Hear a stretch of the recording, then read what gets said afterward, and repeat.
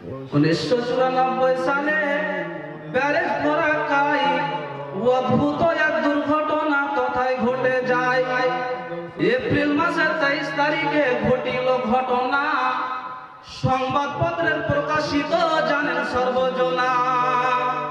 দুর্গাপুর হতে বাস মালদার দিকে আসে, ফরাক্কা ব্যারিজে উঠে পড়লো সর্বনাশে। 53 নাম্বার গেটে পৌঁছিল গাড়ি, রেলিং ভেঙে 50 ফুট নিচে গেল পড়ি। 11 বছরের ছেলে ছিল মায়ের কোলে, বাঁচলো ছেলে, পিতা মাতা মরলো গভীর জলে। দরজা খুলে লাফিয়ে পড়লো ড্রাইভার তপন বাবু, বাসের ভিতর যাত্রীরা সব খাই রে হাবুডুবু। জীবন সবে উড়লো সবে পানি পান করিতে, বেরিয়ে এসে আপন গৃহে কেউ পেল না যেতে।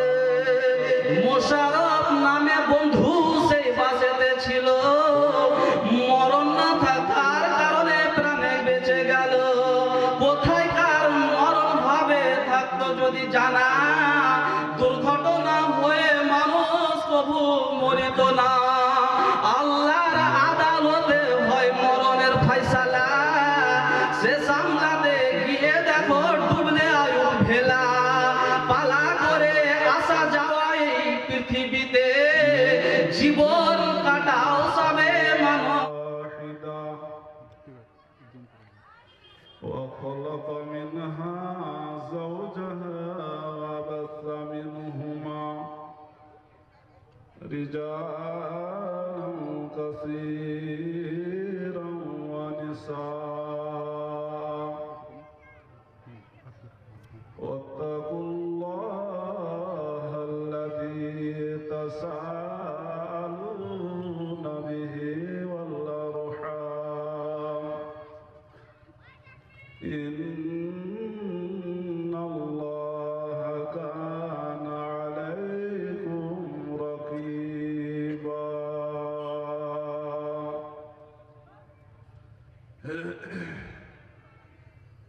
يا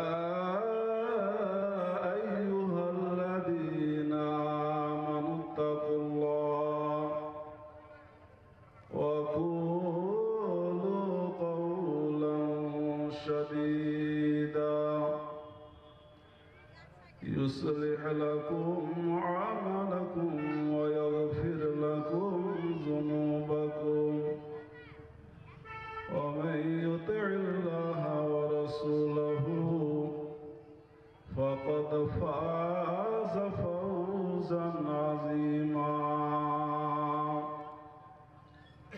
وقال أعوذ بالله من الشيطان الرجيم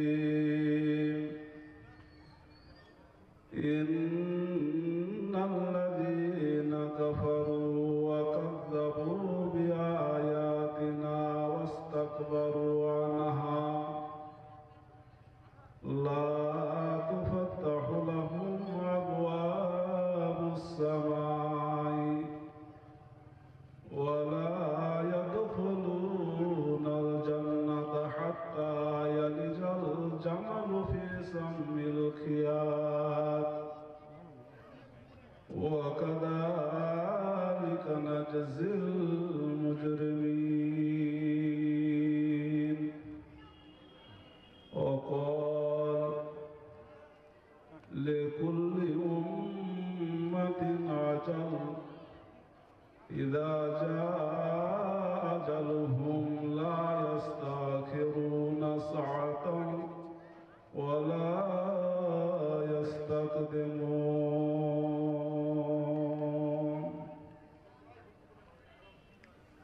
সম্মানিত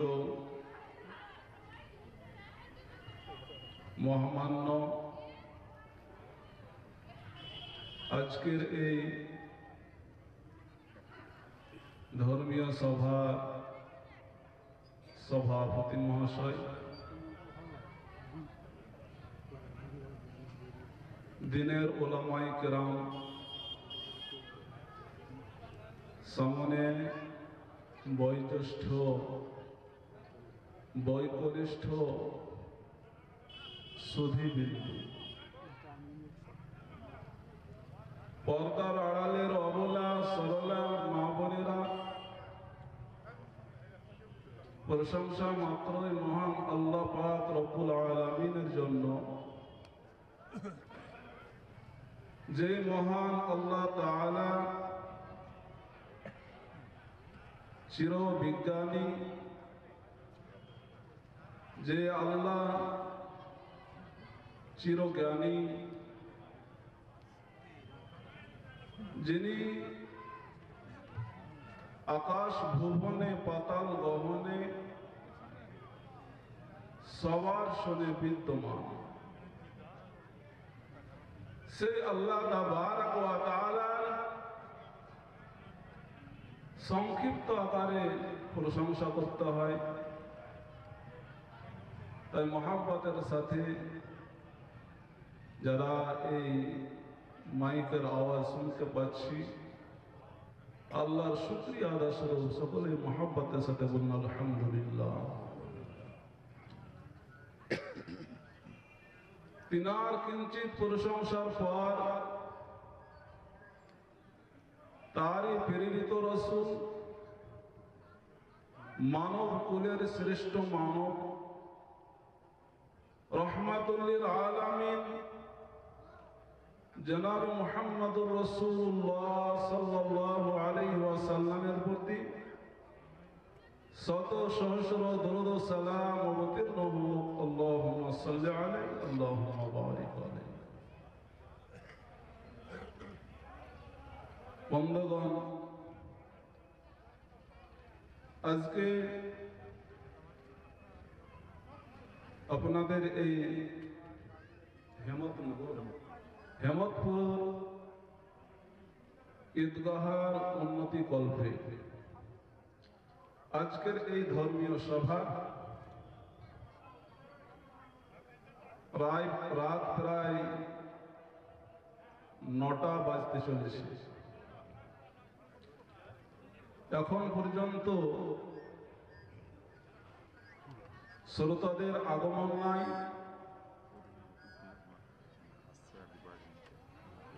যে কোন রাতে এসে আপনারা এই প্যান্ডেলে বসবেন আর কোন সময়ে আপনারা এসে কোরআন হাদিস শ্রবণ করবেন, ঈদগাহার খিদমত করবেন, সময়টাকে অতিবাহিত না করে সময়টাকে কাজে লাগাবার চেষ্টা করতে হবে। মানুষ আমরা আজকে সময়ের গুরুত্ব বুঝি না বলে আজকে এই অবস্থা। আমরা সময়ের গুরুত্ব বুঝে যদি সময় মতো এখানে পৌঁছে যেতে পারি, তাহলে রাত 12টার আগে আগে প্রোগ্রাম শেষ হলে আবার আমরা সকালবেলায় ফজরের নামাজটা জামাতের সাথে পড়তে পারব। তো আজকে আমাদের সময়ের মূল্য, সময় যে কি জিনিস, এই সময় যদি আমাদের কাছ থেকে একবার হাতছাড়া হয়ে যায় তাহলে লক্ষ লক্ষ কোটি কোটি খরচ করে দিল, সেই সময় আর ফিরে আসবে না। তাহলে সময়ের আমাকে গুরুত্ব বুঝতে হবে। আচ্ছা, এদিক ওদিক আমরা সময়টাকে না কাটিয়ে রাস্তাঘাটে, দোকান বাগানে এগুলো সময় নষ্ট না করে এই কোরআন এবং হাদিসের আলোচনা সভায় এসে বসুন। ইনশাআল্লাহ ইহকাল এবং পরকালে আপনি কিছু শুনে আমল করার চেষ্টা করলে লাভবান হবে। সময়ের প্রতি গুরুত্ব দিন। তাই কবি আক্ষেপ করে বলছেন যে খেলায় মজিয়া মানুষ কাটায় না বেলা, খেলায় মজিয়া মানুষ কাটায় না বেলা, সময়ের প্রতি করিও না অবহেলা। সময়ের প্রতি অবহেলা করতে হবে না। জি, খেলায় মজিয়া মানুষ কাটায় না বেলা, সময়ের প্রতি করিও না অবহেলা। আজ সে সময় গত হইল তোমার, আসিবে না কবু তাহা আসিবে না। তাই বলি বৃদ্ধা কাল করিও না ক্ষয়, আপনার কাজ করো থাকিতে সময়। সময় স্রোতের মতো যায় যে চলিয়া, একবার চলে গেলে না আসে ফিরিয়া। এই সময় স্রোতের মতো চলে যাচ্ছে, একটা সেকেন্ডের কাঁটা যদি আগে বেড়ে যায় তাহলে হাজারো চেষ্টা করলে এই সময় ফিরে আসবে। কাজে ভাইরা আমার, মা বোনেরা, এশার নামাজ শেষ হয়েছে, রান্না বান্না করে খাওয়া দাওয়ার কাজ শেষ করেছেন, কাজেই আর সময় নষ্ট না করে এই মাহফিলে চলে আসুন। দিনের আলোচনা হবে, কোরআন হাদিসের আলোচনা হবে, শুনবেন, শুনে আমলে পরিণত করতে হবে। কাজে এদিক ওদিকে আর সময় নষ্ট না করে এগিয়ে আসুন। সভা খালি থাকলে কথা বলতে যেন একটু অসুবিধা মনে হয়। আবার সামনের দিকে চলে আসুন তো, যে সমস্ত ভাইয়েরা পিছনে আসুন, সামনে চলে আসুন ভাই। আমাদের মাঝে ইটাহার বিধানসভা ক্যান্ডিডেট মুশারফ সাহেব চলেছেন, উনি আমাদের কিছুক্ষণ মধ্যে আপনার সঙ্গে সাক্ষাৎ করবেন। জায়গাবাড়ার সামনে চলে আসুন। প্রধান অতিথি আমাদের জালসা, উনি কিছুক্ষণ মধ্যে চলে আসবেন। তারপর সামনে চলে আসুন, চলে আসুন। দুনিয়ার জন্য আমরা অনেক সময় অপচয় করি, অনেক সময় আমরা ছুটাছুটি করি, কিন্তু মৃত্যুর পরে যে অনন্তকালের জন্য মানুষের একটা সময়সীমা, সেখানকার জন্য আমাদের চিন্তাধারাটা কমে গেছে। কিন্তু মরতে তো হবেই,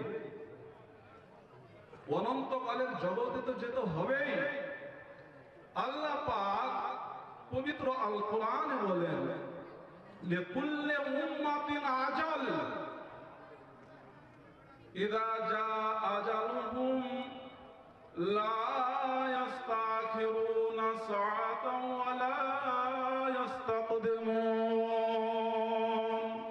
প্রত্যেকটা সম্প্রদায়কে আল্লাহ পাক একটা নির্ধারিত সময় আল্লাহ দিয়েছে।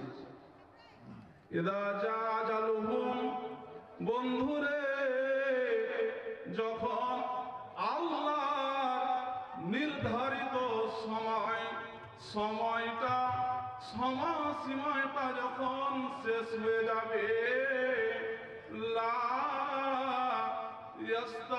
ইস্তাখিরুনা সাআতান ওয়া লা ইস্তাকদিমুন।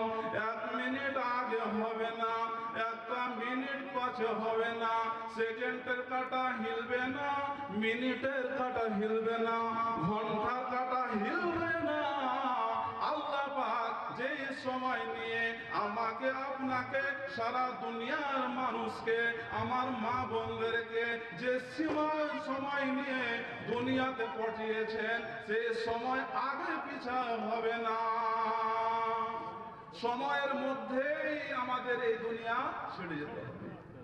জি, এবার আমি চলে গেলাম সময়সীমা ছেড়ে, দুনিয়াতে কত সময় অপচয় করলাম, না ইবাদত বন্দেগী ঠিক মতো হলো, না আল্লাহর বিধানকে মানতে পারলাম, না আজকে রসুলের ফর্মুলাতে আমরা চলতে পারলাম। আমরা সব দিক দিয়ে পিছিয়ে পড়েছি। এবার হিসাবের পালা। পরে মানুষ মরে গেলে, দুনিয়া ছেড়ে যখন চলে যাবে, প্রথম স্থান হবে তার কবর। এবার মানুষ যখন মারা যায়, প্রথম স্থান হবে মানুষের কবর। হাদিসে এসেছে, ইন্নাল আবদা ইযা উযিয়া ফি কবরিহি, বান্দা যখন মারা যায়, মৃত্যুর পরে বান্দাকে দাফন করা হয়। বান্দাকে যখন এই দুনিয়া ছেড়ে যখন তার আখিরাত ঠিকানা, ঘড়ি বেজে যাবে, ঘন্টা বেজে যাবে, আমাদের আত্মীয়রা, আমাদের বাপ চাচারা, আমাদের ছেলে মেয়েরা আমাদের লাশ বলে নিয়ে যাবে ঘাড়ে করে কবর বলে একটা জায়গাতে। বন্ধুরে, কবরের মাটি যখন দেওয়া হবে, মাটি দেওয়ার পর আমার ছেলেরা, যে ছেলেগুলো আমাকে ঘাড়ে বহন করে নিয়ে গিয়েছে, যে আত্মীয়গুলো আমাকে বহন করে নিয়ে গিয়েছে, পাড়া প্রতিবেশী বহন করে ঢুয়ে ঢুয়ে নিয়ে গিয়েছে, সেই সব ছেলেরা তখন বাড়ি ফিরতে আরম্ভ করে। বলতে পারবেন কোন মানুষ মারা গেলে মাটির কাজ সমাধা হওয়ার পরে কোন ছেলে বাবার সহযোগিতার জন্য থেকে যায় পাশে? না। আত্মীয় স্বজন থেকে যাবে? জি না। কে থাকবে? আপনার আমলটা থাকবে। ছেলে চলে আসবে, পাড়ার লোকেরা চলে আসবে, বাড়ির যত আত্মীয় স্বজন গিয়েছে সব ফিরে চলে আসবে। এবার কি হবে? মানুষ মাটির কাজ সমাধা করে যখন বাড়ির দিকে ফিরতে আরম্ভ করে, তখন হাদিসে যে ইন্নাহু লা ইয়াসমাউ কারানি আলিহিম, মানুষ চলতে গেলে, মানুষ হাঁটতে গেলে মানুষের পায়ের একটা শব্দ হয়, জুতার শব্দ হয়। বন্ধুরে, যাকে আমরা এক্ষুনি কবরে দাফন করে এসেছি, আল্লাহ পাক তার কানের পর্দাকে সরিয়ে দেয়। দেখ, যাদের জন্য দুনিয়াতে আমার দিনকে ভুলে গিয়েছিলে, যাদের জন্য ইবাদত ছেড়ে দিয়েছিলে, শুধু কি করে আমার ছেলে মেয়েদের জন্য দুনিয়াতে উন্নতি করতে পারবো, আমি কেমন করে আমার ছেলে মেয়েদের জন্য এক মঞ্জিল থেকে 2 মঞ্জিল বাড়ি ঘর তৈরি করতে পারবো, কেমন করে আমার ছেলে মেয়েদের উন্নতি হবে, এই চিন্তা ভাবনায় বন্ধু যখন তুমি সময় কাটিয়ে দিয়েছো, আর আজকে সেই তোমার সন্তানেরা তোমার হিসাবের সময়, বিপদের সময় কেউ থাকলো না, সব আপন আপন বাড়ির দিকে যেতে আরম্ভ করেছে।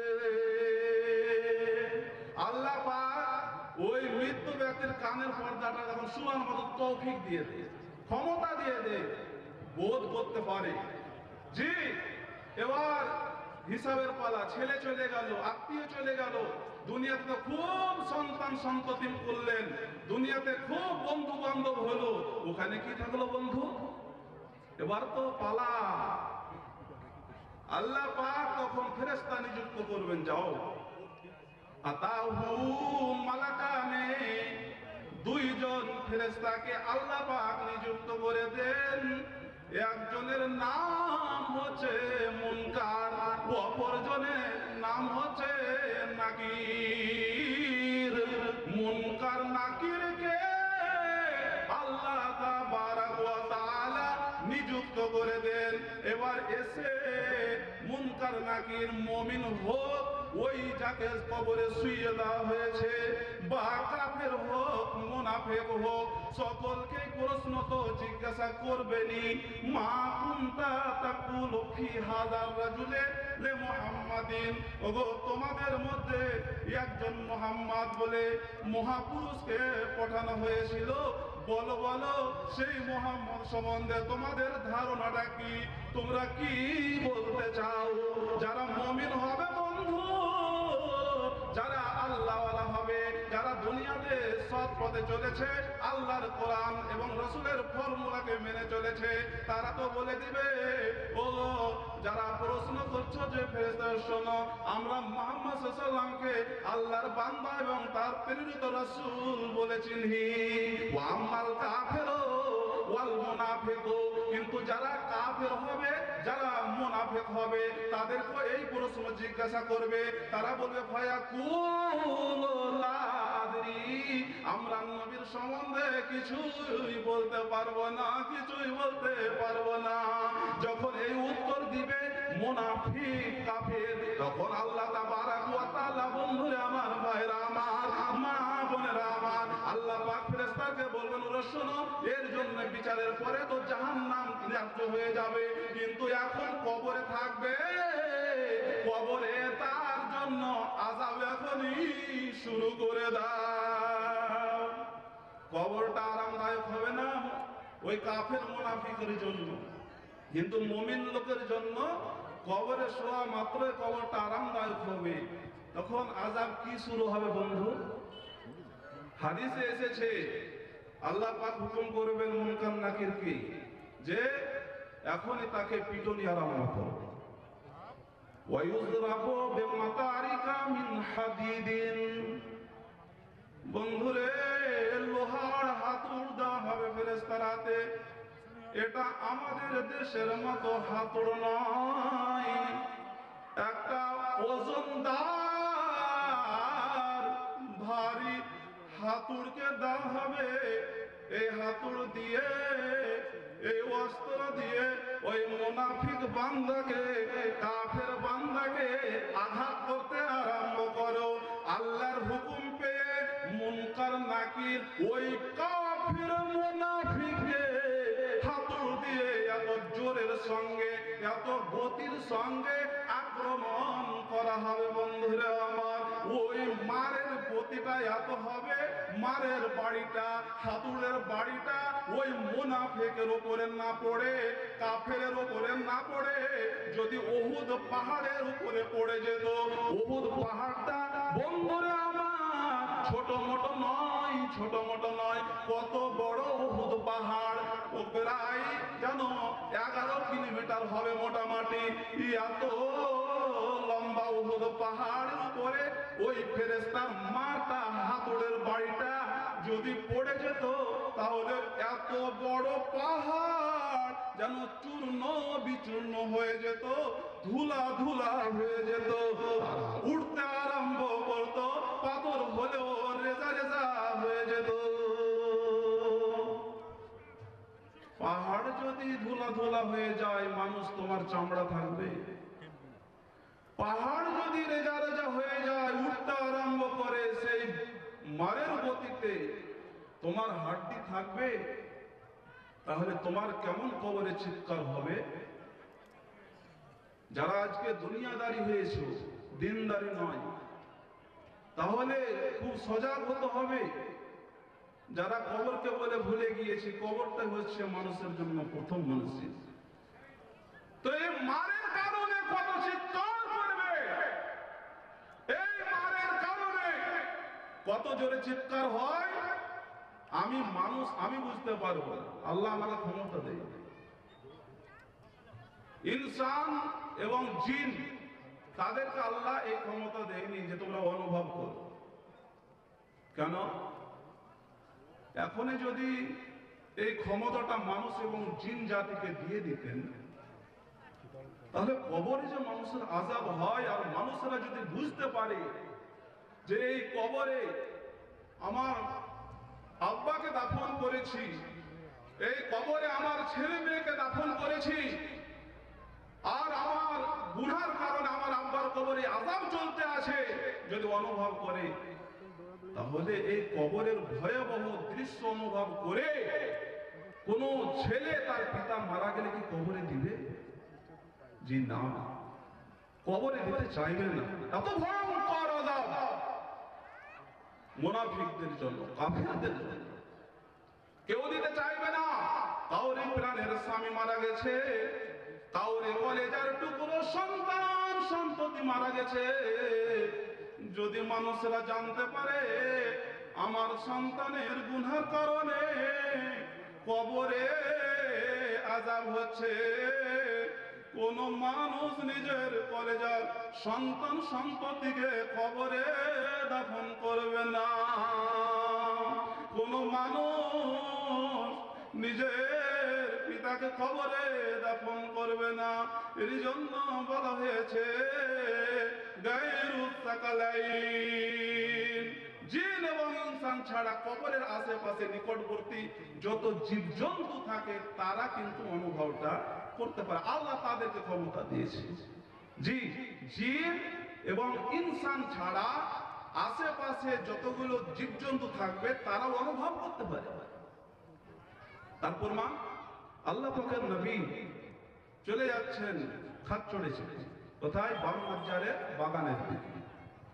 তো বাগানের দিকে যেতে যেতে যখন বাগানের নিকটবর্তী হয়েছে খাচ্চড়টা, তখন ওই খাচ্চড়টা লাফাতে আরম্ভ করেছে।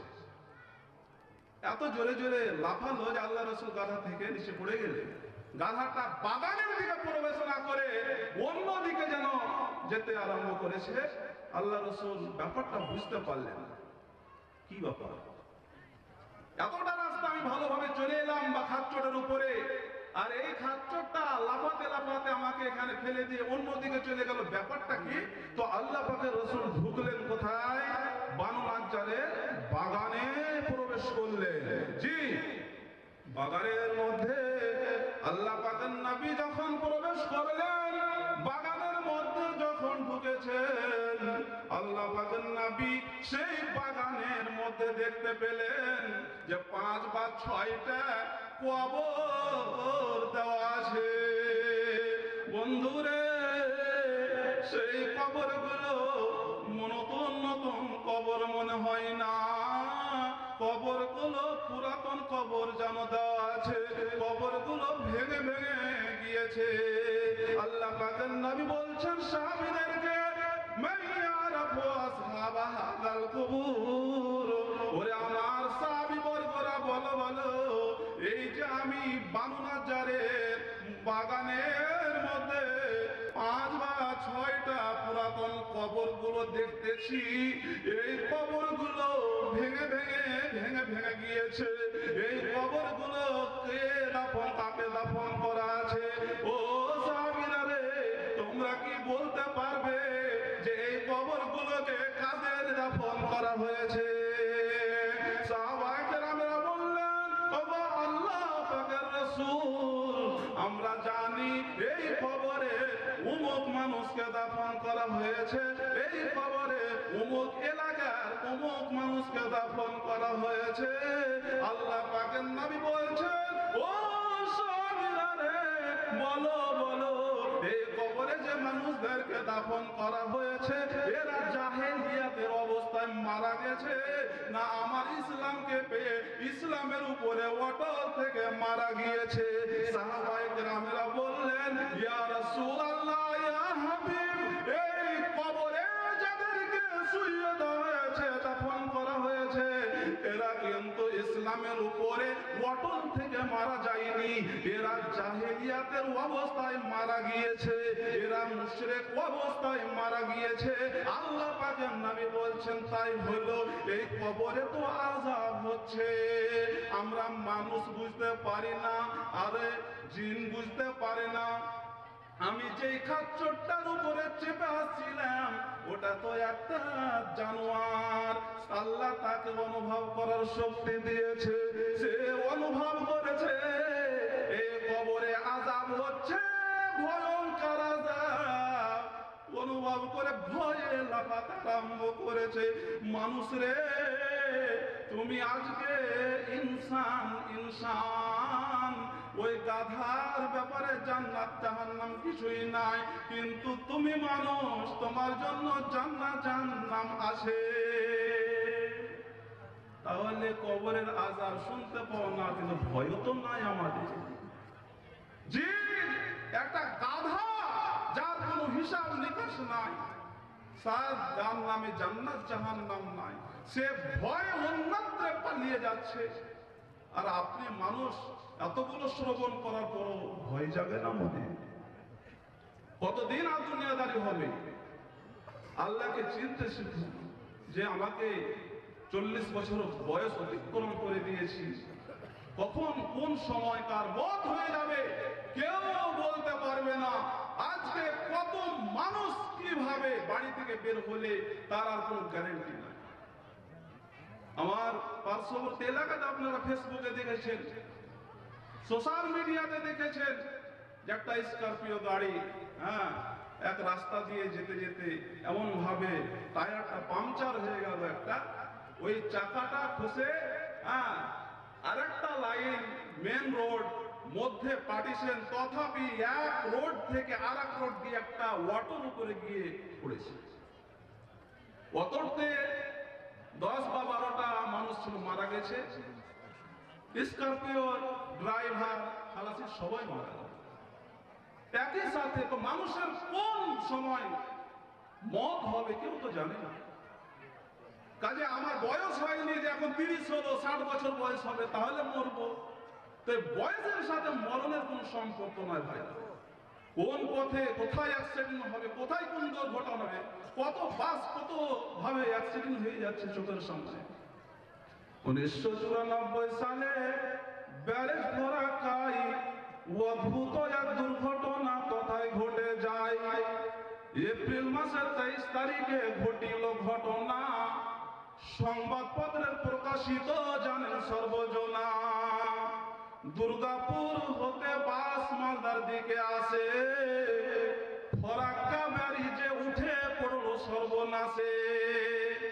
53 নাম্বার গেটে পৌঁছিল গাড়ি, রেলিং ভেঙে 50 ফুট নিচে গেল পড়ি। 11 বছরের ছেলে ছিল মায়ের কোলে, বাঁচলো ছেলে পিতা মাতা মরলো গভীর জলে। দরজা খুলে লাফিয়ে পড়লো ড্রাইভার তপন বাবু, বাসের ভিতর যাত্রীরা সব খাই রে হাবুডুবু। জীবন সবে উড়লো সবে পানি পান করিতে, বেরিয়ে এসে আপন গৃহে কেউ পেল না যেতে। মোশারফ নামে বন্ধু সেই বাসেতে ছিল, মরণ না থাকার কারণে প্রাণে বেঁচে গেল। কোথায় কার মরণ হবে থাকতো যদি জানা, দুর্ঘটনা হয়ে মানুষ কবু মরিত না। আল্লাহর আদালতে হয় মরণের ফয়সালা, সে সামলাতে গিয়ে দেখো ডুবলে আয়ু ভেলা। পালা করে আসা যাওয়াই পৃথিবীতে, জীবন কাটাও সবে মানবের হিতে। বন্ধুরে, যার জীবন আছে মরণ আছে। আজকে আমরা মরি নাই, আল্লাহ আমাদের এখনো সময় সীমা হয়তো দুনিয়াতে রেখেছেন, কিন্তু আমাদের বাপ দাদা ছেলে মেয়ে নিজের ঘাড়ে বন করে কত আপন জনকে নিয়ে যাচ্ছি। আজকে মুসলমান এত আমাদের কবর বলে শরণ ছাড়া হয়ে গিয়েছি, কবরকে বলে আমাদের একদম ভয় উঠে গিয়েছে। আর এমন আমরা নিমক হারাম হয়ে গিয়েছি। আমার সন্তান সন্ততি, আমার ছেলে মেয়ে, আমার বাবা আমার পিতা অনেকেই কবরস্থানে শুয়ে আছে। আমরা মাটি দিতে যাই, তথাপি কবরগুলোকে দেখে আমাদের স্মরণ হয় না যে এখানে আমার পিতা শুয়ে আছে, এখানে আমার আত্মীয় ছেলে মেয়েরা সব শুয়ে আছে। ওখানে গিয়েও দুনিয়ার যত গল্প ভাদার ভাদার করে ওখানে বইয়ে গল্প করতে আরম্ভ করি বন্ধু। কিন্তু শোনো, হযরতে উসমান গনি রাদিয়াল্লাহু তাআলা আনহু, যে উসমান গনিকে জান্নাতে দুনিয়াতে সার্টিফিকেট দিয়ে দেওয়া হয়েছে যে উসমান জান্নাতি। আপনি কবরকে দেখে ভয় পান না? কবরকে দেখে স্মরণ ছাড়া হয়ে যাচ্ছেন? ওখানে গিয়েও আপনার সময় থাকে না, শুধু গল্প গল্প। দুনিয়াতে তো বাড়িতে বসে বসে আর চায়ের দোকানে গল্প হলো, আর ওই ভয়াবহ জায়গাতে গিয়েও গল্প। উসমান গনি রাদিয়াল্লাহু তাআলা আনহু তিনি কি করলেন? কবরের কাছে যেতেন তো অঝর নয়নে কান্না করতেন, চোখ দিয়ে ঝরঝর করে পানি পড়তো। আর এত পানি পড়তো, এত পানি পড়তো বন্ধু, হযরত উসমানের লম্বা লম্বা দাড়ি পানি দিয়ে পড়তে পড়তে, চোখ দিয়ে পানিগুলো পড়তে পড়তে হাতটা আবুল আলী হায়াত, ওরে দাড়িগুলো ভিজে যেত পানি পড়ে পড়ে। ফাকিল লাহু তাজকুরুল জান্নাত ওয়ান নারা। লোকেরা জিজ্ঞাসা করে, ওগো উসমান, আপনার সামনে জান্নাতের কথা বলা হয়, তখন তো আপনি এত কাঁদেন না। আপনার সামনে জাহান্নামের বর্ণনা করা হয়, তখন তো আপনি এত কাঁদেন না। কিন্তু উসমান গো, আপনি যখন কবরকে দেখছেন তখন আপনার এত পানি চোখ দিয়ে পড়ে দাড়িগুলো ভিজে যাচ্ছে। বন্ধুরে আমার, হযরত উসমান বলছে, ও আমার লোকেরা, ওরে আমার শিষ্যরা শোনো, আমি কবরকে দেখে কেন কাঁদছি, আমি আর চোখকে থামতে পারি না, কেন পানি বয়ে যাচ্ছে। আমি নবীকে বলতে শুনেছি, জোরে দুনিয়ার মানুষ শোন, কবর এমন একটা জায়গা, মাটা কবরটা হচ্ছে মানুষের প্রথম দরজা। যেই ব্যক্তি কবরে পরিত্রাণ পেয়ে যাবে, সেই ব্যক্তি যত পরবর্তী হিসাবের স্থানগুলো আছে, জায়গাগুলো আছে, সবই তার জন্য আসান হয়ে যাবে। আর যেই ব্যক্তি গুনার কারণে কবরে বাঁচতে পারবে না, পরবর্তী স্থানগুলো যে আছে সব জায়গায় ধাক্কা খাবে, একটা জায়গা তো পাস করতে পারবে না, আর গিয়ে তার গন্তব্যস্থল হবে জাহান্নামে। এর জন্য যখনই আমি কাঁদি, যখনই কবরকে দেখি, তখন আমি আমার কান্নাকে ধরে রাখতে পারি না। ভাইরা আমার, কবর একটা ভয়াবহ জায়গা। আজকে মানুষ দান খেয়রাত যত যা করছে নেকির উদ্দেশ্যে কবরে পরিত্রাণ পাওয়ার জন্য। আপনি মনে মনে ভাবছেন আমি গুনাহ করলে, ছোট মোটো গুনাহ করছি, আমি বেঁচে যাব না। শুনুন, গুনাহ করেছেন, তওবা করতে পারলে ঠিক, আল্লাহ যদি ক্ষমা করে দেয়, দয়া করে। আর যদি ক্ষমা না হয়, দয়া না হয় আল্লাহ, যা ভুল করেছেন শাস্তি তো কবরে পেতেই হবে। একজন সাহাবীর কথা বলি আপনাকে, সাদ বিন মুআজ, এত বিখ্যাত সাহাবী, তিনি যখন মারা গেলেন, তার জানাজাতে 1000 নয়, আল্লাহ পাক ৭০,০০০ ফেরেশতাকে বললেন, ও ফেরেশতা বর্গরা, যাও, আমার একটা নেককার বান্দা মারা গিয়েছে, আমার ভালোবাসা বান্দা মারা গিয়েছে। কে? সাদ বিন মুআজ। তো যাও, তোমরা জানাজায় শরীক হয়ে যাও। নেককার না হলে আমার আপনার মতো মানুষের জানাজাতে ফেরেশতা আসবে? কত বড় নেককার ছিল গো, যে আল্লাহ হুকুম দিয়েছেন যাও। তো জানাজা হলো, ফেরেশতারা শরীক হলো, আল্লাহ নবী নিজে জানাজা পড়ালেন, মাটির কাজ সমাধা করলেন, কবরে রেখে ওয়াসুবি আলাইহি, যে মাটিগুলো বরাবর করে দেওয়া হয়েছে যখন কবরে, তো আল্লাহ নবী ওই কবরের কাছে তাসবিহ কি বললেন, সাব্বাহ রাসূলুল্লাহি সাল্লাল্লাহু আলাইহি ওয়াসাল্লাম, ওই কবরের কাছে দাঁড়িয়ে দাঁড়িয়ে আল্লাহ নবী তাসবিহ বলছেন, সুবহানাল্লাহ সুবহানাল্লাহ। এই বলে নবী যখন সাদ বিন মুআজের কবরের কাছে তাসবিহ পড়ছেন, সাহাবীরা বলছেন, আমরা দাঁড়িয়েছিলাম, নবীজি এত জোরে জোরে তাসবিহ পড়ছেন, আমরা আর নিজেকে ধৈর্য রাখতে পারলাম না। আমরাও নবীর তাসবিহ শুনে ফাসাব্বাহনা তাবিলা, আমরা জোরে জোরে তাসবিহ পড়তে আরম্ভ করলাম। সুবহানাল্লাহ সুবহানাল্লাহ বলে সুম্মা কাব্বারা, তারপরে আল্লাহ নবী কবরের পাশে পাশে দাঁড়িয়ে তাকবীর বলছেন, আল্লাহু আকবার আল্লাহু আকবার।